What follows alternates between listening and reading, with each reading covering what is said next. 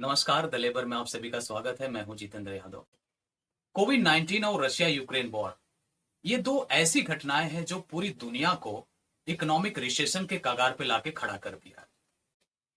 हालांकि दुनिया भर के जो आर्थिक मामलों के जानकार हैं उनका ओपिनियन इस पे अलग अलग है। कुछ लोग ये कह रहे हैं कि हम ऑलरेडी इकोनॉमिक रिसेशन को फेस कर रहे हैं। जो मौजूदा संकट श्रीलंका के अंदर बना हुआ है, आर्थिक संकट जो श्रीलंका के अंदर बना हुआ है, वो इकोनॉमिक रिसेशन की वजह से ही बना हुआ है।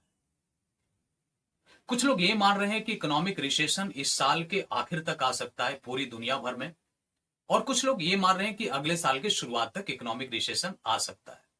तो आज के इस एपिसोड में हम इकोनॉमिक रिसेशन की ही बात करेंगे। इकोनॉमिक रिसेशन क्या होता है और क्यों आता है। इकोनॉमिक रिसेशन को समझने के पहले कुछ बेसिक टर्म को समझ लेते हैं। पहला है इकोनॉमिक स्लोडाउन। इकोनॉमिक स्लोडाउन तब होता है जब जीडीपी का ग्रोथ रेट कम होने लगता है, लेकिन ये पॉजिटिव ही रहता है। और जो जीडीपी काउंट करते हैं उसको ईयरली काउंट करते हैं, यानी एक साल का, जिसे हिंदी में कहते हैं सकल घरेलू उत्पाद। सकल मतलब टोटल। इसका एक हम उदाहरण लेते हैं। मान लीजिए कि किसी साल यानी 2018-19 में इंडिया के जीडीपी का ग्रोथ रेट 10% है। अगले साल यानी 19-20 में इंडिया के जीडीपी का ग्रोथ 8% हुआ। 10% से घट करके 8% आ गया, या फिर उसके अगले साल 8% से घट करके 7% आ गया, 5% आ गया। तो इंडिया के जीडीपी का ग्रोथ कम हो रहा है। तो ये जो पूरी घटना होती है इसे कहते हैं इकोनॉमिक स्लोडाउन। दूसरा है इकोनॉमिक रिसेशन, जिसका इस एपिसोड में हम चर्चा कर रहे हैं।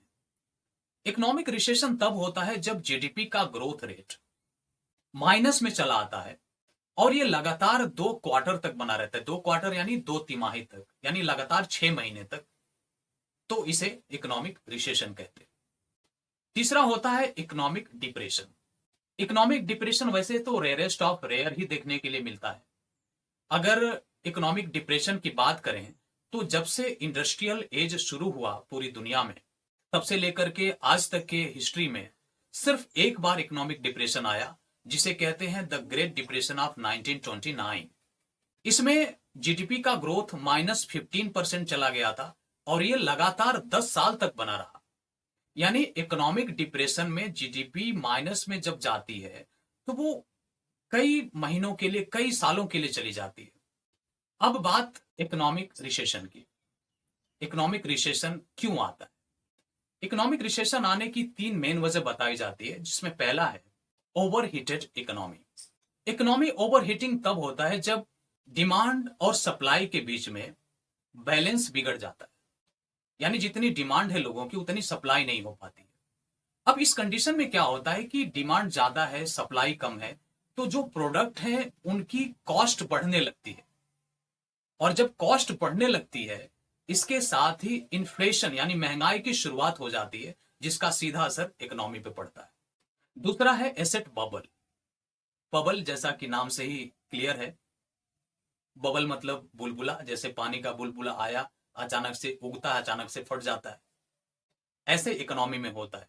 जब किसी एसेट की कीमत, एसेट किसी का भी हो सकता है, किसी कंपनी का हो सकता है, या किसी बैंक का हो सकता है, या किसी बॉन्ड का हो सकता है, तो जब किसी एसेट की कीमत अचानक से राइज करने लगे, अचानक से बढ़ने लगे, तो जो इन्वेस्टर होते हैं उस एसेट में पैसा इन्वेस्ट करते हैं, क्योंकि उनको मैक्सिमम रिटर्न मिलेगा।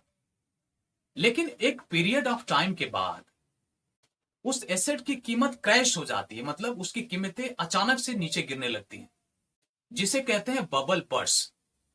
और ये जो पूरी घटना होती है इसे कहते हैं एसेट बबल। तीसरा रीजन होता है इसका ब्लैक स्वान इवेंट। अब ये ब्लैक स्वान इवेंट क्या होता है? कोविड 19, रशिया यूक्रेन वॉर, ये दो ऐसी घटनाएं हैं जिसकी हम कभी उम्मीद नहीं किए थे। कोविड जैसी कोई महामारी आएगी जो पूरी दुनिया को ठप कर देगी, पूरी दुनिया की रेस को रोक देगी, और इसका असर दुनिया भर के इकोनॉमी में पड़ेगा। Russia Ukraine war, Russia Ukraine war कभी हमने सोचा नहीं था रशिया यूक्रेन वॉर भी हो सकता है। और रशिया यूक्रेन वॉर इतना दिनों तक टिक सकता है, क्योंकि जिस तरह से रशिया कह रहा था कि हम सिर्फ 5 दिन लेंगे, यूक्रेन का नामो निशान मिटा देंगे, उखाड़ फेंकेंगे, नेस्तनाबूद कर देंगे। 5 दिन की बात कर रहा है, 5 महीने होके गया, अभी तक उखाड़ नहीं पाया, लगा हुआ है उखाड़ने में। तो जो इस तरह की दुनिया भर में अनएक्सपेक्टेड घटनाएं घट जाती हैं, जिनका असर दुनिया भर की इकोनॉमी में पड़ता है, इसे कहते हैं ब्लैक स्वान इवेंट। ग्लोबलाइजेशन पूरी दुनिया को आर्थिक रूप में बिल्कुल इंटरलिंक्ड कर लिया। तो कहते हैं ना कि ग्लोबल विलेज है ना, इस ग्लोबलाइजेशन के एरा में free flow of goods, services, your thinking, your ideology, your culture, your ethnicity, each and everything you can spread everywhere across the world, वो भी बैठे बैठे। तो इसका फायदा है, लेकिन नुकसान भी है। जब कोई क्राइसिस आ जाती है तो उसका असर पूरी दुनिया में पड़ता है। 2008 में जो इकोनॉमिक क्राइसिस आई थी, लोग कहते हैं कि इंडिया के ऊपर कम असर पड़ा था, क्योंकि इंडिया आज जिस तरह से पूरी दुनिया से जुड़ा है आर्थिक रूप में, उस रूप में नहीं जुड़ा हुआ था। इंडिया अपने शर्तों पर काम कर रहा था और थोड़ा सोच सोच के अपना कदम बढ़ा रहा था। इसलिए 2008 के इकोनॉमिक क्राइसिस का इंडिया के ऊपर कम असर पड़ा। लेकिन अभी जो मौजूदा हालात है, इंडिया के ऊपर जरूर असर पड़ रहा है। रशिया यूक्रेन के बीच में लड़ाई है, वो तो कहीं और लड़ी जा रही है, उसका असर यहाँ भी दिख रहा है। जैसे कोरोना वायरस चाइना में पैदा हुआ, वुहान में, और वहां से पैदा होकर के धीरे धीरे पूरी दुनिया में पैदा हो गया। अब उसने ऐसा तो नहीं बोला, शी जिनपिंग महोदय, मैं आपके देश में पैदा हुआ हूँ, मैं चाइना छोड़ के जाऊंगा नहीं, मैं इंडिया के बॉर्डर में घुसूंगा नहीं, क्योंकि इंडियन आर्मी मुझे मार देगी, मेरे पास पासपोर्ट नहीं है, वीजा नहीं है ना। घुस गया इंडिया में, तो इसका असर दिखा। तो जो इस तरह की घटनाएं होती हैं, इसे ब्लैक स्वान इवेंट कहते हैं। लेकिन ब्लैक स्वान इवेंट के कुछ फायदे भी होते हैं। जैसे एग्जांपल के तौर पे समझें, गूगल मीट, जूम मीट, इस तरह के जो वर्चुअल मीट के प्लेटफॉर्म हैं, ये कोविड के दौर में काफी ग्रो किए हैं।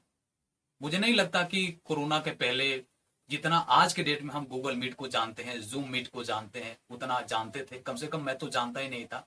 वो पहले लोग तो हम मीट करते थे, वो भी वर्चुअली नहीं, फिजिकली मीट कर लेते थे।